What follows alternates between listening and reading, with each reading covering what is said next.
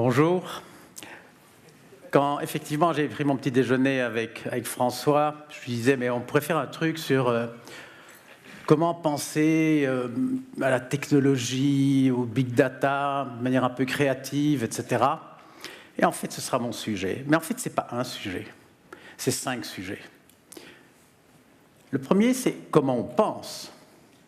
Le deuxième, comment on pense la technologie. Le troisième, comment on pense le big data. Le quatrième, comment on fait ça de manière un peu créative, qu'est-ce que la créativité. Et le cinquième, dans un monde où on ne sait pas ce qui va se passer, l'incertitude. Et je vais couvrir les 5 points. Et bon, on a 50 minutes devant nous et c'est parti. Voilà, ça c'est ma première slide. Ce n'est pas un problème de technique, c'est ma première slide. Rien. Pour beaucoup de raisons, parce que, comme François l'a dit, je vais prendre pas mal de distance. Vous savez, au BCG, on a un grand département qui s'appelle Knowledge Management. Moi, je suis responsable de Ignorance Management. Donc, comment on gère ce qu'on ne sait pas? Bon. Et effectivement, qu'est-ce qui va se passer? Qu'est-ce qu'on doit faire avec le Big Data? On ne sait pas très bien. Donc, moi, je m'occupe de l'ignorance. C'est d'ailleurs pour ça que j'ai demandé à François qu'on supprime les questions, parce que je n'ai pas de réponse. Donc, puis ça vous arrangera bien, parce que de toute façon, il sera 1 heure, c'est le temps de faire autre chose. Et bon, ma première slide, c'est tabula rasa. Il faut pratiquement, pour aborder le sujet, oublier tout, et se reposer la question, je vous rappelle, le premier thème, qu'est-ce que penser? C'est vrai, on a été à l'école, on a appris de la géographie, l'arithmétique, je ne sais pas quoi encore, mais est-ce qu'on a vraiment appris à penser? Ce n'est pas si sûr. Donc, 7-8 minutes, rappel, qu'est-ce que penser? Alors, on rentre dans le vif du sujet. Si je vous demande combien il y a de couleurs dans l'arc-en-ciel, vous me dites quoi? 7. Bon, j'ai entendu 7 là, je vais demander à monsieur, est-ce que vous êtes totalement satisfait de votre réponse? Bon, oui et non, parce que, en fait, il y en a beaucoup plus. Alors pourquoi on dit 7 alors qu'il y en a autant qu'on veut? Bonne question, et c'est le bon point de départ. Parce que c'est pratique. Vous imaginez, vous devez peindre un arc-en-ciel 1 million de couleurs, le temps que ça vous prendrait. 7, ça marche. Et en fait, on a un côté de nous qui cherche le pratique, et 7, ça marche. Et je n'ai rien contre 7, mais il ne faut pas oublier une chose, 7, ce n'est pas l'arc-en-ciel. C'est une modélisation, c'est une simplification de l'arc-en-ciel. François a dit que j'étais belge, comme Magritte. Ceci n'est pas une pipe. Bon, c'est une image d'une pipe, c'est un tableau d'une pipe, mais ce n'est pas une pipe. Eh bien voilà, on est dans le vif du sujet de la pensée. Parce que quand un père ou une mère de famille dit à quelqu'un « je pense à mes enfants », ben c'est vrai. Quand le patron d'une grande entreprise dit à un journaliste « je pense à mes clients », c'est pas vrai. C'est impossible. Comment voulez-vous penser à 1 million de personnes? C'est pas vrai. C'est pas possible. Et qu'est-ce qu'il fait le patron? J'ai pas dit qu'il faisait rien. Mais qu'est-ce qu'il fait? Le coup de l'arc-en-ciel. Il les met dans des boîtes, dans des clusters, des segments, dans des catégories, il y a beaucoup de mots pour l'appeler. Mais parfois, il oublie que ces boîtes, ce n'est pas le marché. La segmentation de marché, ce n'est pas le marché, pas plus que les 7 couleurs de l'arc-en-ciel ne sont l'arc-en-ciel. Et on entre bien dans le sujet. On demandait à un philosophe, qu'est-ce que vous pensez des Espagnols? Et il répond, excusez-moi, je ne les connais pas tous. Et au fond, c'est vrai. On nous demande ce qu'on pense des Espagnols, on a une réponse, alors qu'on ne les connaît pas tous. Et d'abord, qu'est-ce que c'est connaître quelqu'un? Donc, vous imaginez. Mais on donne une réponse, ils sont comme ça, etc. Et en fait, on a déjà bien avancé en 1 minute. Je peux faire mon premier... En fait, c'est ridicule d'appeler ça une slide. Bon, je ne sais pas quoi. Bon. La pensée, c'est comme un jeu. Voilà le terrain de jeu. D'un côté, vous avez le monde, de l'autre côté, des simplifications du monde. Le monde est en face de vous. Vos concurrents, vos marchés, tous les règlements, Bruxelles, parce qu'on parle beaucoup de Bruxelles, en face de vous. En vous, vous n'avez rien de tout ça. Vous avez des simplifications. Le coup de l'arc-en-ciel, peu importe votre métier, vous simplifiez ce qui est en face de vous. Et donc, on est là, dans une relation très... Voilà le terrain de jeu. À droite, le monde, à vous, à gauche, vous-même. Et les simplifications. Les simplifications, il y a plein de noms, plein de mots. Voilà. J'en ai mis 6, j'aurais pu en mettre 40. modèle, stéréotype, théorie, idée, hypothèse, concept, pattern, framework, catégorie. On peut y aller. Paradigme, on pourra en mettre beaucoup. Mais ce sont toutes, même s'ils sont différents, ce sont toutes des simplifications. Là, on n'a jamais ce qui est là. On simplifie, on simplifie. On ne peut pas faire autrement. Si je vous demande, je vous dis Michel-Ange, vous me dites quoi? Très vite. Chapelle Sixtine. Simplification. Très utile. On sait quelque chose, mais un petit danger. Parce que si vous allez trop vite, vous allez dire, au fond, c'est un peintre. Pas du tout. C'est un sculpteur. La chapelle Sixtine, c'est l'exception de sa vie. Le pape lui a dit, mon plafond. Il a fait le plafond, mais c'est un sculpteur, c'est un sculpteur. Et donc vous voyez bien, on est dans une situation d'arbitrage. D'un côté, on oublie tout. Quand vous voyez la vie de Michel-Ange, c'est incroyable sa vie. On retient 3-4 trucs. La bonne nouvelle, c'est ce qu'on retient. Et on peut l'utiliser. La peut-être mauvaise nouvelle, c'est qu'on est un petit peu en danger. C'est un peintre. Non, c'est un sculpteur. C'est un sculpteur. Et donc, voilà, je dois bien avancer. J'ai beaucoup de choses à vous dire. Je ne vais pas détailler plus. On va faire un petit test si vous êtes avec moi. Bon. Je vais proposer 2 petites phrases inachevées. Et très très vite, très spontanément, vous allez les terminer. Première petite phrase, et allez-y, lâchez-vous. Première petite phrase. Un exemple de voiture est la Clio. Très bien. Deuxième petite phrase, et allez aussi vite. Allez aussi vite. La voiture est un exemple de véhicule. La voiture est un exemple de statut. C'est un exemple de grand problème pour le futur. La voiture, c'est un exemple de choses que j'adore dessiner. La voiture, c'est un exemple de mots de 7 lettres. Et vous pouvez y aller. Je dessine ce que je viens de dire. Voilà. Les 2 mouvements de la pensée, et il n'y en a que 2, sont sur le dessin. Il y en a un qu'on utilise tout le temps, il s'appelle la déduction. On part de l'idée, de la simplification du concept, de tout ce que vous voulez, et vous allez vers le monde. Un exemple de voiture est la Clio. Volvo, Ferrari, bon, il ne se passe pas grand-chose. La déduction, à mon avis, dans pas longtemps, ce sera 100% sur les machines. Mais, regardez la deuxième petite phrase, qu'est-ce qui s'est passé? Je vous ai forcé le concept. La voiture est un exemple de, je vous ai mis sur la flèche du dessus, qu'on appelle induction. Et qu'est-ce que j'ai entendu dans un premier temps? La voiture est un exemple de véhicule. Ça s'appelle la zone de confort. Ça s'appelle les sentiers battus. Je n'ai pas de problème avec ça. Mais simplement, j'ai déjà entendu. Quand je me tais, et c'est ce que j'ai fait, qu'est-ce qu'on peut voir, entendre? Des nouvelles propositions. La voiture, c'est un exemple du génie humain. La voiture, c'est un exemple de grands problèmes. La voiture, c'est un exemple de statut social. C'est un exemple de vache à lait pour le fisc. Et vous pouvez y aller, des choses que j'aime dessiner, etc., etc. Les petites flèches en pointillés, c'est la chose la plus importante à retenir ce matin. C'est que quand vous êtes dans le mouvement vers le concept, vous avez une liberté beaucoup plus grande que ce qu'on croit d'habitude. Les sentiers battus sont confortables. Et je dirais sans risque. Il n'y a pas de risque à dire la voiture est un exemple de moyen de transport. Si on dit que c'est un exemple de statut social ou un exemple de grands problèmes pour le futur, vous imaginez déjà la discussion. Et donc vous êtes là avec mon premier point. Vous avez la définition de l'acte de penser. Penser consiste pour l'essentiel à simplifier le monde et à utiliser ces simplifications. En d'autres mots, consiste pour l'essentiel à conceptualiser, par exemple le mot voiture, c'est un concept, et à utiliser le concept. Si je reviens à l'exemple de la segmentation de marché, je prends mon million de clients, je fais 7 catégories, c'est l'induction.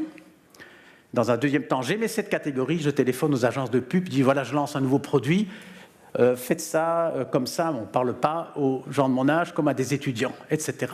Et vous avez bien vu, la déduction, c'est la partie plutôt facile. La grande question, et c'est le tout grand problème de la philosophie, comment on induit? Comment, sur base d'un million de clients, j'arrive à 7 boîtes? Et pourquoi 7 et pas 8? Et pourquoi ces boîtes-là, ces segments-là et pas d'autres? Et là, et je vous demande de me croire, je n'ai pas le temps de développer, il est impossible d'avoir une induction parfaite. Vous ne pouvez jamais, avec certitude, dire mon modèle est vrai. La vérité n'existe pas à gauche. Un modèle n'est jamais bon, n'est jamais mauvais, n'est jamais vrai, n'est jamais faux. La seule manière de qualifier un modèle, la seule manière de le faire, est-il utile? Et évidemment, certains modèles sont plus utiles que d'autres. La comptabilité est une modélisation de la finance, et c'est très utile, mais la comptabilité n'est pas la finance, il suffit de regarder les journaux. Bon, et donc, je vais en rester là pour mon premier point. Je veux garder le même rythme. Et je vais, à mon deuxième point, rappelez-vous, penser la technologie. Penser la technologie, c'est un sous-ensemble, la relation de l'homme et des outils, c'est une longue histoire. Mais il y a des choses particulières à dire, et qui vont d'ailleurs se construire sur la première partie que j'ai faite. D'abord, il y a encore du boulot. Là, je vous garantis, je vais vous montrer quelque chose. C'est Amazon qui me recommande tous les mois d'acheter mes propres livres. Bon. Luc de Bramandet, intéressé par la rubrique sciences humaines, vous apprécierez peut-être, ils ne prennent pas de risque, les articles suivants. Bon. Mais alors le machin est no reply, donc je peux.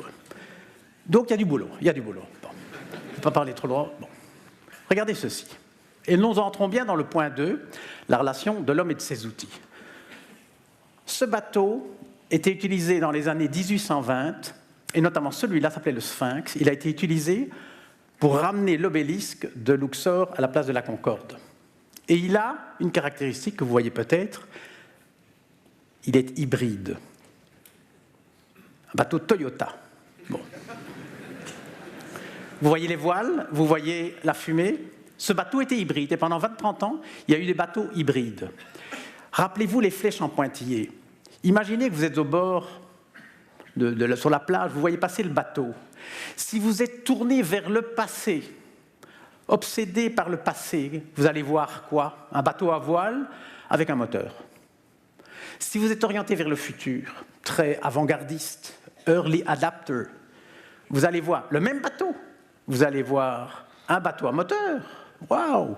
Mais gardons les voiles, on ne sait jamais si le moteur casse. Ça veut dire, vous vous rappelez les pointillés, ça veut dire que deux personnages différents sur la plage verront le même bateau de manière différente. Et que tout va dépendre du modèle bateau. Qu'est-ce que je sais? Le bateau. Et bien sûr, vous voyez tout doucement où je veux vous emmener. J'avance. Ceci est un avion. Entendons-nous bien, il n'a jamais volé. C'est une tentative d'avion qui n'a jamais marché. Pourquoi? Parce que l'homme, en tout cas à l'époque, a voulu imiter l'oiseau. Tant que l'homme a voulu imiter un oiseau, il n'a jamais réussi à faire voler quoi que ce soit. Si un avion vole, il y a une partie qui reste vraie, c'est les ailes, mais c'est absolument pas parce qu'il y a un battement d'ailes, mais parce que la partie supérieure est ronde, la partie horizontale, et ceux qui ont fait, bon, ils aiment ça, ils savent qu'il y a un lift qui va porter l'avion. Ça n'a rien à voir. L'homme n'a pas réussi à voler tant qu'il a regardé les oiseaux. Tant que le modèle de départ, modèle mental, la simplification de départ était l'oiseau, non. Il a fait des trucs qui marchaient plus ou moins, mais on sent bien que ça ne marche pas. Et ce n'est pas que dans les oiseaux. Regardez ceci. Quand j'étais petit, les voitures avaient des flèches. Bon. En fait, qu'est-ce que c'était? Eh bien, avant, il n'y avait rien du tout, et quand on voulait tourner, on sortait son bras. Bon. C'est dommage, quand il pleut, on est tout mouillé. Bon. Puis, vous imaginez à droite. Et puis quand des ingénieurs se sont réunis, on dit voilà, on va faire la modernité. Et qu'est-ce qu'on a sorti? Ça. Ben non.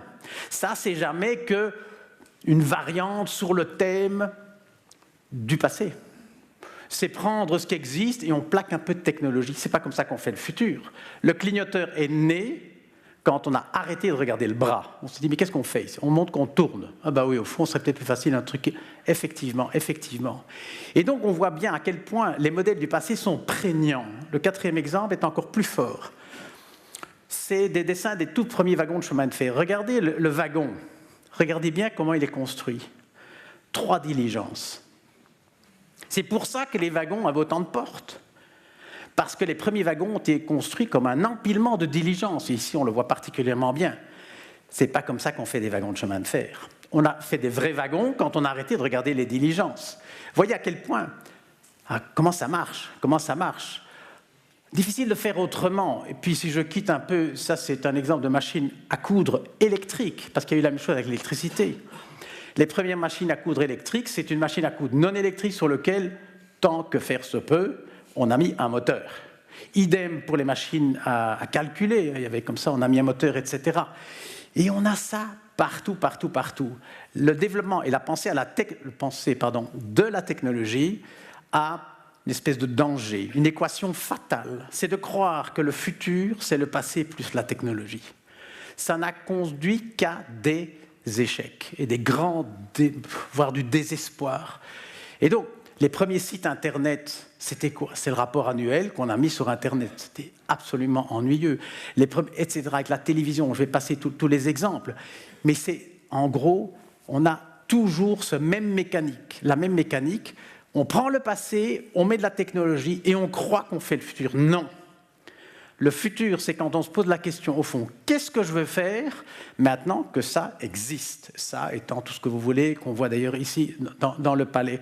Et une manière de me remarquer ça encore plus fort, c'est le vocabulaire. Le vocabulaire.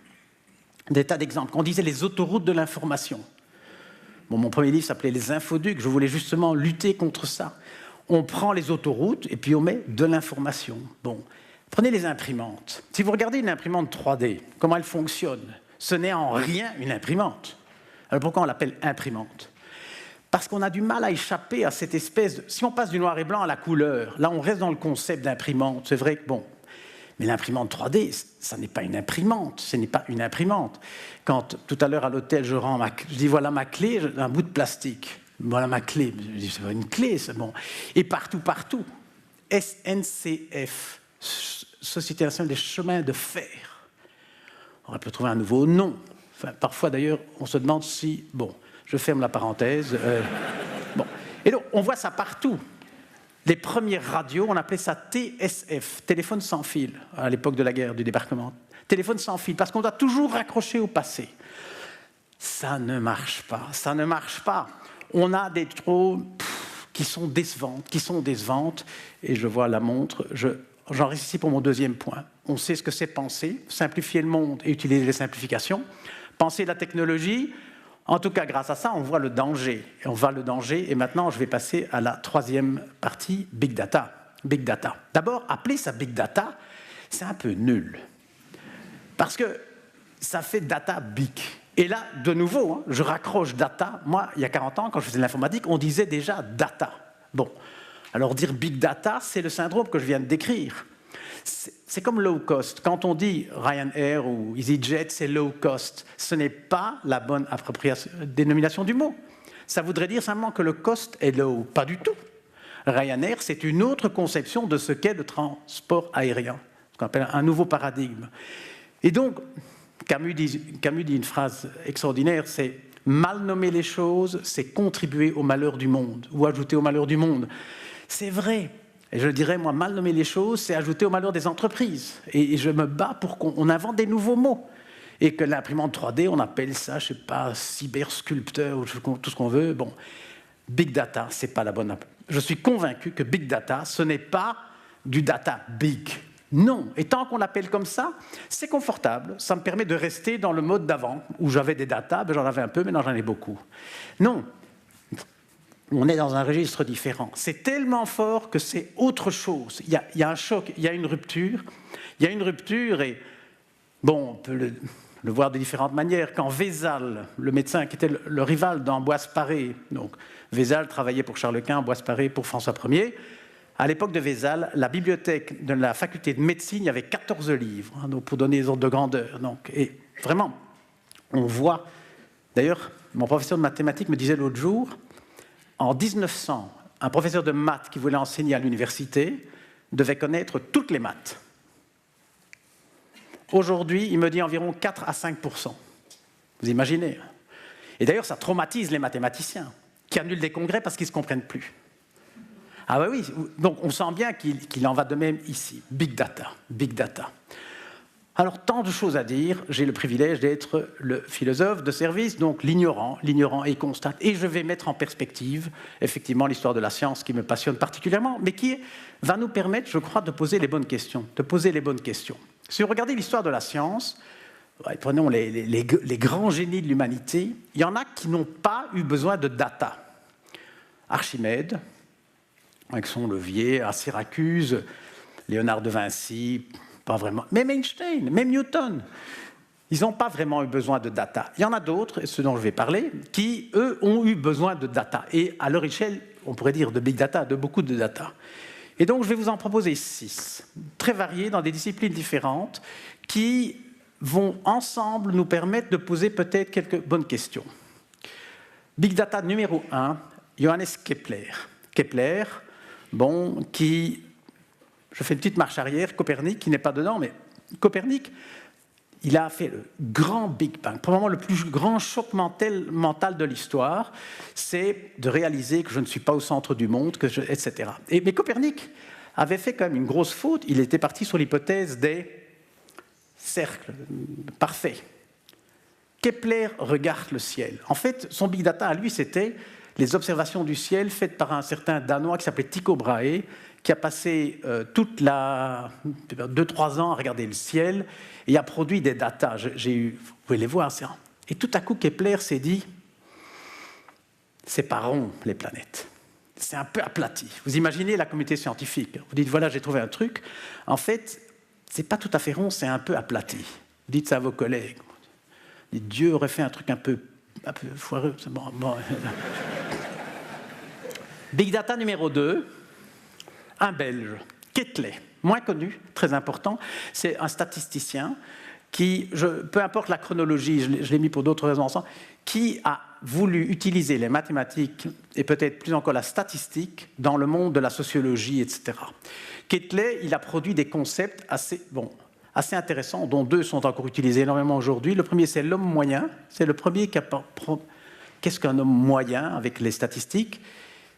Et il a aussi proposé le concept de IMC, indice de masse corporelle, ça vient de lui, qui est utilisé encore beaucoup maintenant, notamment dans les concours de beauté. Les mannequins ne peuvent pas descendre en dessous d'un certain niveau pour éviter l'anorexie, etc. Donc, comment est-il arrivé à ces concepts ? Troisième Big Data, Champollion. Alors, je change de registre complètement. Voilà un savant, ce sont tous des savants, qui voyagent en Égypte et ramassent des trucs. Et donc, où est la logique ?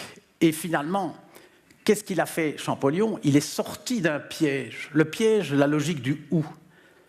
Bon, avant, tous ceux qui avaient essayé de comprendre les hiéroglyphes s'étaient dit, voilà, ça c'est ou bien des pictogrammes, donc par exemple le soleil c'est un soleil, ou bien c'est des idéogrammes, comme des caractères alphabétiques, ça ne veut rien dire, ce sont des sons.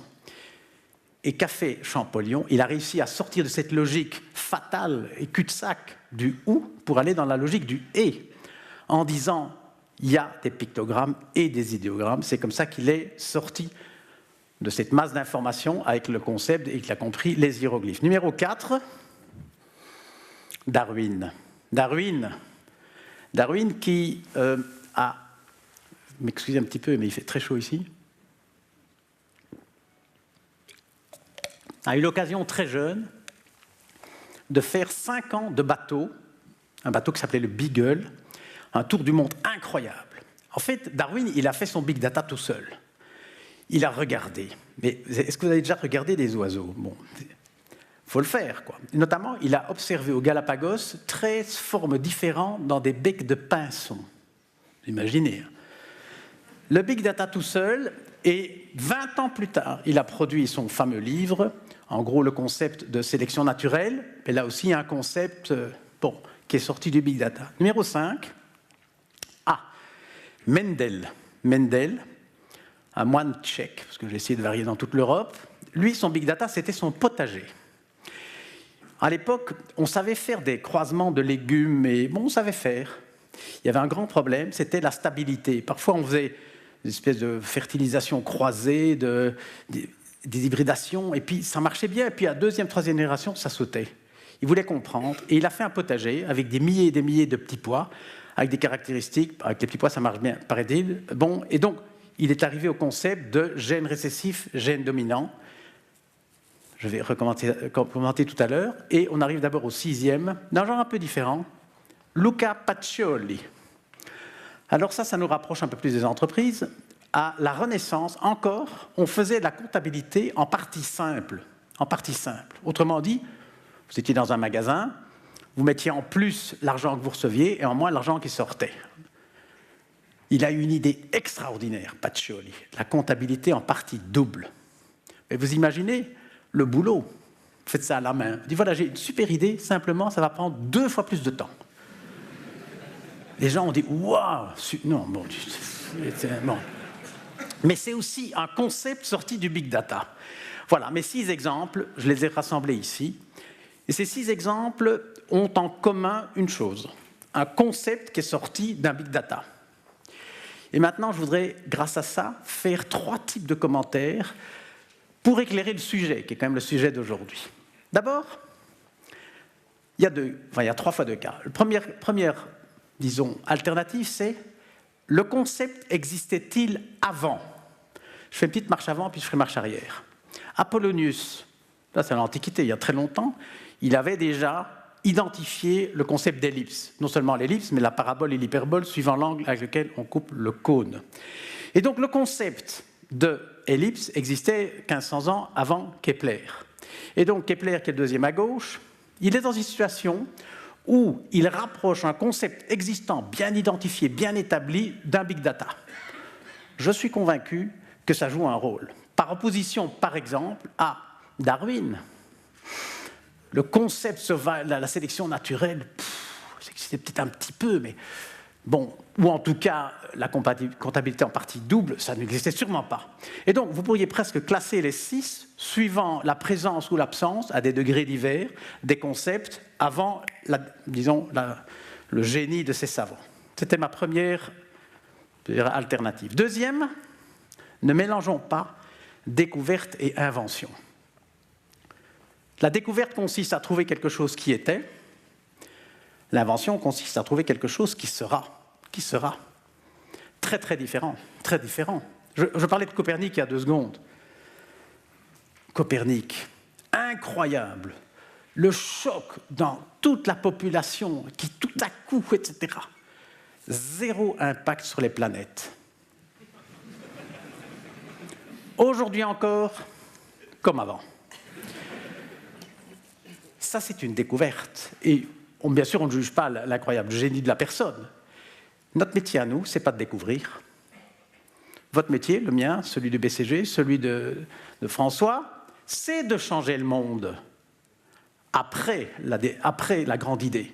Et donc, la découverte, bon, on peut mettre dans la découverte certainement Kepler, le concept existait avant, et même Darwin, même si le concept n'existait pas, la situation existait. L'idée géniale de Darwin n'a pas changé le bec des pinsons. Bon, c'est toujours la même chose. Dans l'ordre de l'invention, j'en mets au moins 2. Quetelet, le Belge, avec le concept de IMC, indice de masse corporelle, et certainement Pacioli, avec sa comptabilité en partie double. Ça n'existait pas. Ça n'existait pas. C'est, je crois, typique de l'invention. Et on oppose bien découverte et invention. Bien sûr, le philosophe, il ne se tracasse pas dans les questions parce que il aime bien poser des questions, mais il ne s'obsède pas des réponses. Par exemple, en mathématiques, il y avait mon collègue ici hier soir qui disait que les courbes de Fibonacci existaient dans la nature. C'est un point de vue. Peut-être que ça n'existe que dans notre tête pour essayer de comprendre la nature, mais je vous renvoie à Galilée, à son fameux débat. Donc c'était ma deuxième mise en perspective. Découverte, invention. Et je vais vous dire ce que je pense au fond de moi. C'est que parfois, le big data sera très utile pour découvrir. Certaines découvertes, comme Darwin, je doute des big data. Et en tout cas, les inventions, je suis sûr que le big data ne contribuera que très très peu. Et j'essaierai de vous en parler dans 10 minutes pour mon 4e sujet. Et donc, dans l'alternative, ou en tout cas la perspective invention-découverte, ok, très très bien, et je crois de toute la bande, c'est Kepler aurait peut-être pu être remplacé par big data. Tellement le concept a priori était bien identifié, et tellement oui, je peux croire, mais pas. Et alors, vous pouvez les organiser par ordre de probabilité, mais de toute façon, ça n'a pas beaucoup d'intérêt. 3e mise en perspective, à propos du big data, et on le lit beaucoup, corrélation versus causalité. Vieux sujet. Aristote en parlait déjà. D'ailleurs, il a la théorie des 4 causes, Aristote, avec les causes matérielles, formelles, efficiente et finale. Il a orienté l'Occident dans une direction pendant longtemps. La cause finale, on l'a larguée à la Renaissance. Donc, ça a été très très fort. Aristote, dans un texte, dit « La science connaît par les causes ». Est-ce que c'est encore vrai? Et là, il y a aussi matière à réfléchir. Mais en tout cas, il n'y a pas d'évidence. Qu'est-ce qu'une corrélation? C'est un lien statistique. Et effectivement, Big Data nous aidera certainement à observer des liens statistiques qu'on aurait pu et jamais faire sans. Ça, j'en suis absolument sûr. Mais quand peut-on passer de la corrélation à la causalité? Quand puis-je passer du lien statistique à la causalité, donc à la loi scientifique? Ça, c'est très, très difficile. Et j'en vais même pas entrer dans le sujet. Bon, il y a un lien statistique évident entre l'éclair et le tonnerre. Pratiquement, à mon avis, de 1. Donc, est-ce qu'on peut dire que l'éclair cause le tonnerre? Évidemment que non. Il y a quelque chose d'inconnu, en tout cas si je me limite à ces deux-là, et je suis loin de la causalité. Apparemment, il y a une corrélation très profonde entre la consommation de chocolat dans un pays et le nombre de prix Nobel qu'ils ont. J'ai un article, c'est très très fort. Est-ce que je peux dire que le chocolat, c'est la cause du prix Nobel? C'est moins sûr, etc., etc. Il paraît aussi qu'on peut relier les prénoms des conducteurs avec la marque des voitures, etc. Il y a des tas de corrélations qui ne sont en rien des causalités. Bon, et le passage de la corrélation à la causalité, il faut des tests extrêmement précis. Et j'ai notamment regardé le succès au baccalauréat lié au prénom. Et effectivement, il y a quelque chose qui apparaît. Mais pour pouvoir dire que tel prénom est vraiment une cause de la réussite au baccalauréat, le nombre de tests est énorme. Et donc, deuxième étape, quand bien même je suis dans le monde de la causalité, je n'ai pas encore tout gagné. On va dire ceci, c'est que le jour qui se lève fait chanter le coq. Bien. Mais comment pouvez-vous dire avec certitude que ce n'est pas l'inverse? Corrélation de 1, c'est sûr. Eh bien, moi, je vous dis, c'est le coq qui, en chantant, fait se lever le jour. Là, c'est encore il y a du boulot, et n'allons pas trop vite, parce que, mais même s'il y a encore énormément de travail à faire, on sent qu'il y a quand même quelque chose de fondamental. Et Aristote a-t-il encore raison? Faut-il encore connaître les causes? Eh bien, ça, c'est pas sûr. Et là, peut-être que Big Data va vraiment changer les choses. Peut-être qu'on n'a plus besoin de connaître les causes.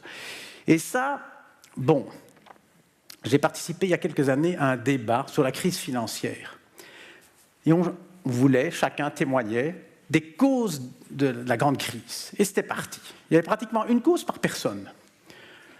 Il y en a un qui a dit, voilà, c'est Moody's qui a mal fait son travail, n'a pas mal mesuré les risques. Très bien, c'est la cause.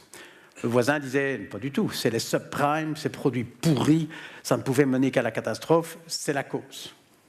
Puis quelqu'un a dit, mais non, c'est pas du tout ça, c'est parce que maintenant, les traders commencent à spéculer contre les États. Et c'est ça la cause.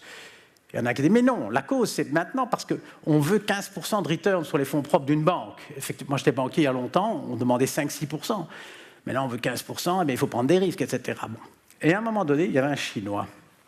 Et le Chinois a dit, écoutez, vous, les Occidentaux, vous êtes quand même encore un petit peu en apprentissage. Vous êtes encore toujours à la question de la poule et de l'œuf.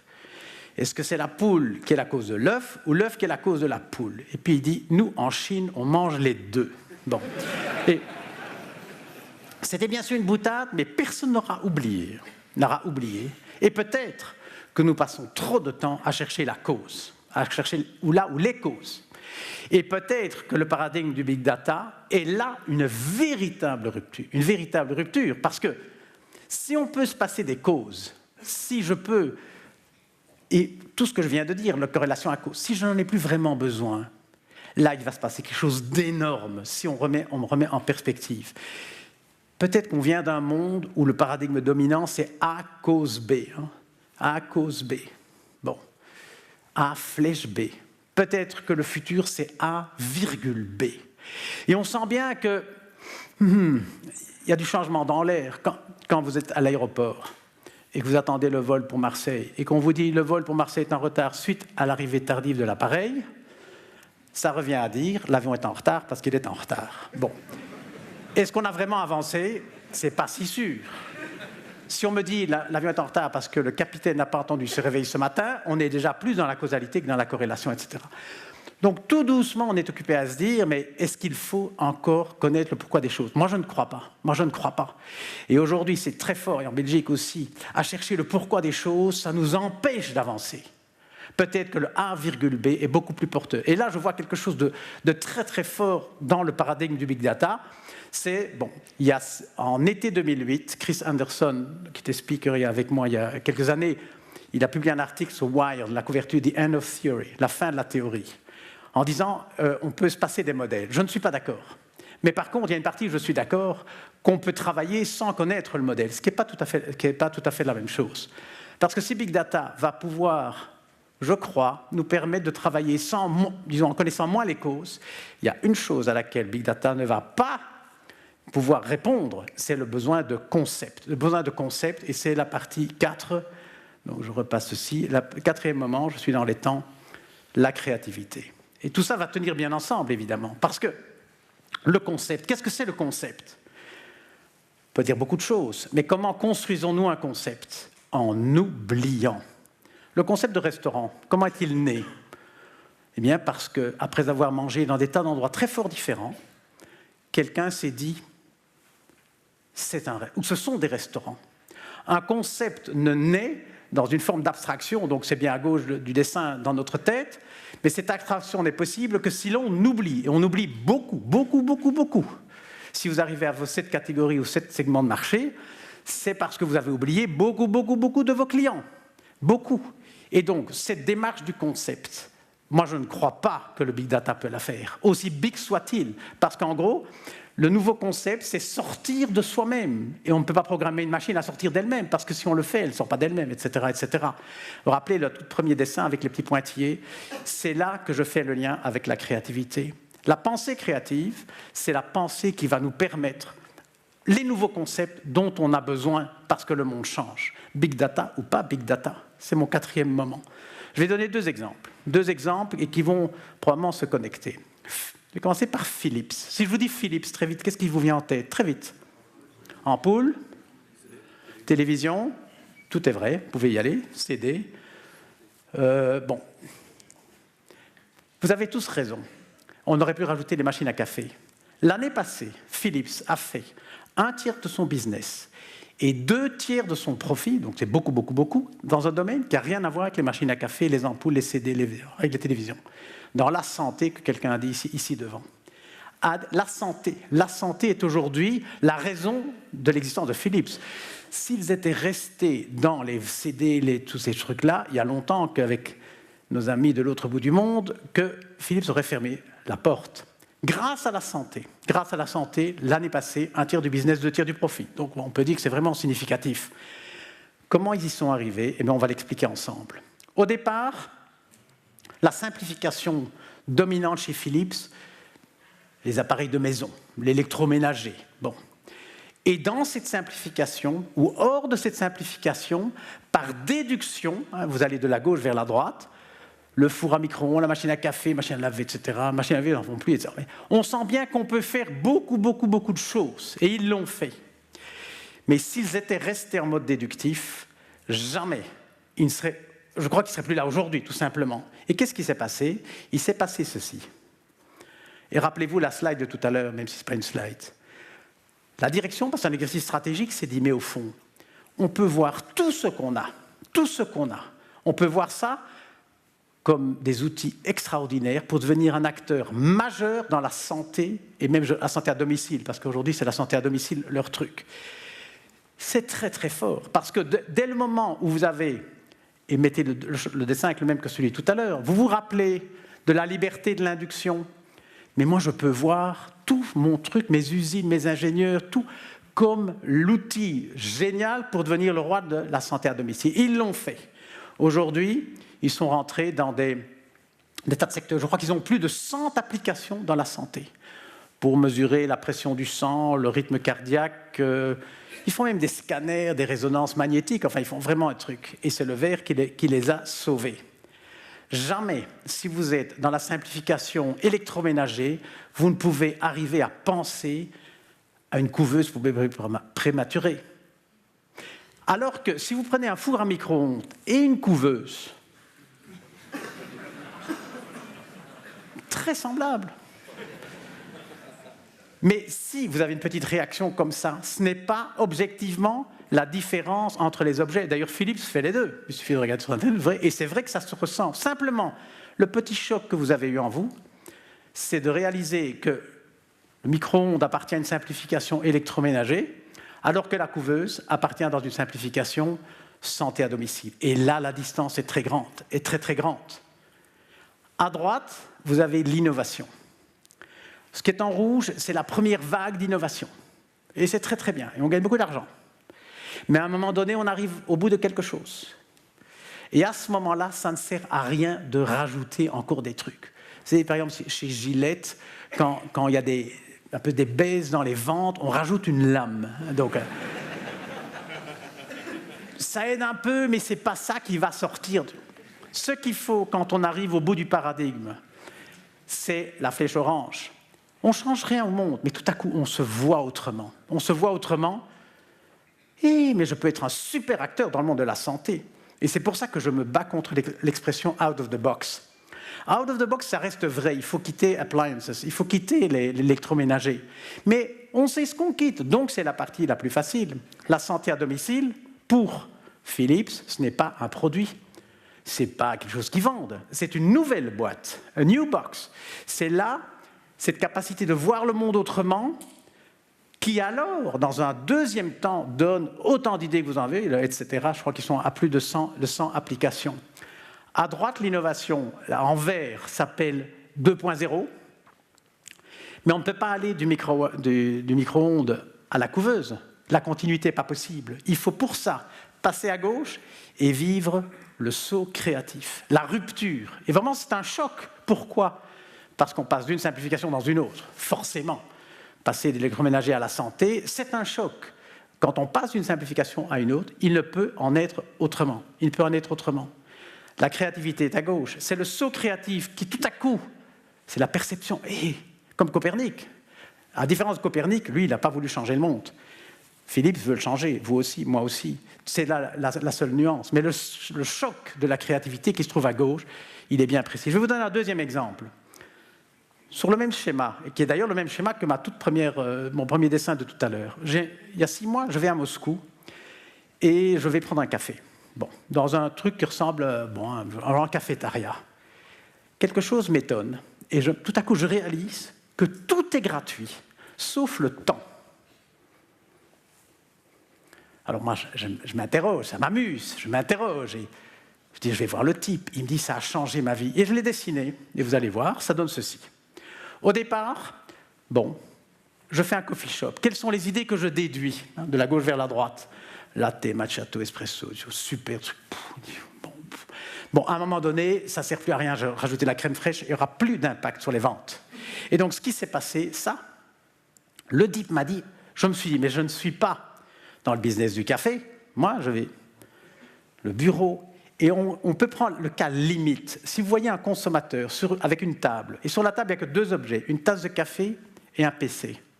Si vous voyez la tasse de café d'abord, vous direz, c'est un type qui boit un café et qui travaille un peu.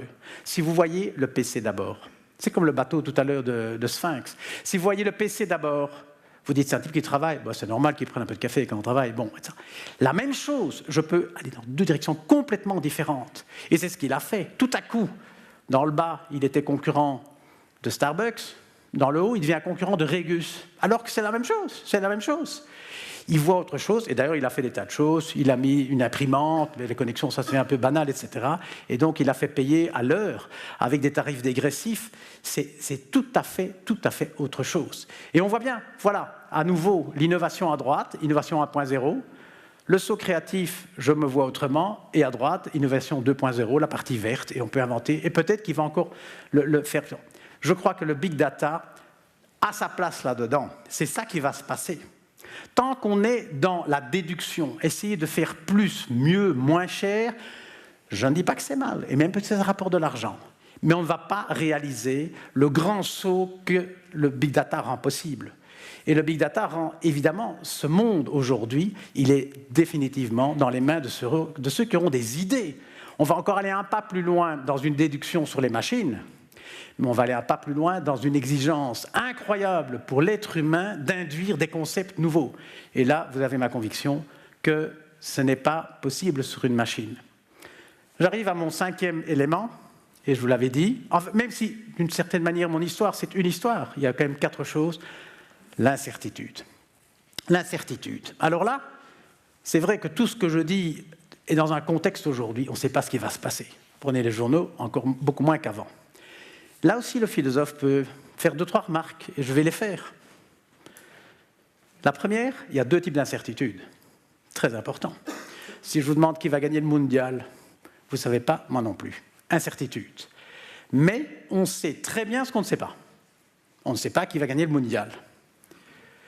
Ce qui va se passer au Moyen-Orient, ce qui va se passer dans la tête des grands dirigeants, comment va évoluer la jeune génération. On ne sait même pas ce qu'on ne sait pas. C'est beaucoup plus fort que l'incertitude de type 1. Vous pouvez dire si c'est un tel, si c'est un tel. Bon, par exemple, combien sera le dollar versus l'euro à la fin de l'année? Vous ne savez pas, moi non plus. Mais on sait très bien ce qu'on ne sait pas. Et on peut faire. On sait, bon, on dit tiens, si, voilà. On est encore dans un mode, bon, si, alors. L'autre, non. Il y a des tas de choses qu'on ne sait pas. Alors que faire? Surtout pas suivre le proverbe « dans le doute, abstiens-toi ». Ça, c'est un proverbe qui fait énormément de dégâts. J'étais la semaine passée au comité de direction d'une entreprise que je ne citerai pas, et dans le courant de la discussion, quelqu'un a dit « Écoutez, de toute façon, en septembre, on y verra plus clair. » Je lui ai dit « Excusez-moi, je ne crois pas. En septembre, on ne verra pas plus clair. » Et on ne verra plus jamais clair. Donc le danger, c'est de ne rien faire. Et bien sûr, ce n'est pas ça qu'on recommande. Par rapport à l'incertitude type 1, je peux faire des prévisions. Si le dollar vaut 42, bon. Par rapport à l'incertitude type 2, il faut se préparer. Et le big data peut aider à la préparation. Ça, c'est sûr. Par rapport à ce qui n'est, on ne sait pas qu'on ne sait pas. Comment voulez-vous faire des prévisions? Mais on peut être plus près. Certaines entreprises sont plus prêtes que d'autres à l'incertitude. Il y a longtemps, Hewlett-Packard, Dell était un peu comme ça. Hewlett-Packard fabriquait des PC et les vendait. Dell vendait des PC et les faisait fabriquer. Bon, d'une certaine manière, c'est la même chose, mais par contre, il y en a un qui a résisté beaucoup mieux à la fameuse grève des dockers à San Francisco.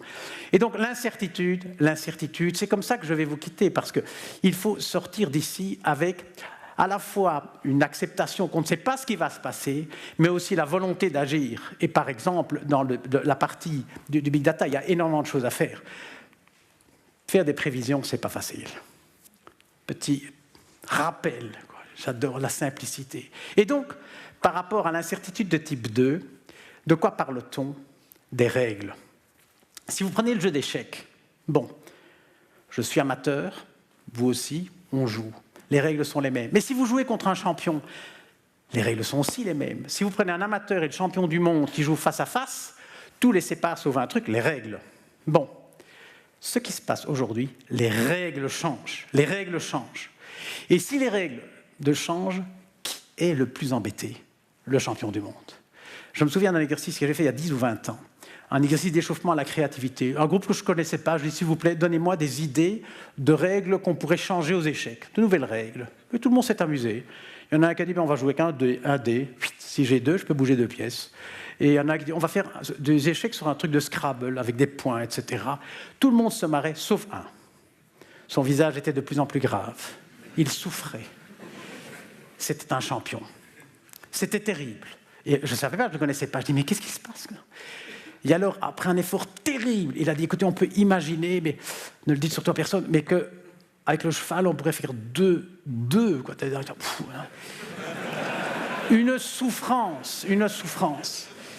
Et donc, c'est tout le paradoxe. Plus ça change, plus c'est la même chose. C'est le paradoxe de l'expertise. J'avais 20 ans en 68. Plus ça change, plus c'est la même chose. C'est ça, évidemment. Plus on est fort, plus on est costaud, plus on est un expert, plus c'est difficile d'être créatif, parce que les règles changent. Et c'est la fameuse thèse du signe noir.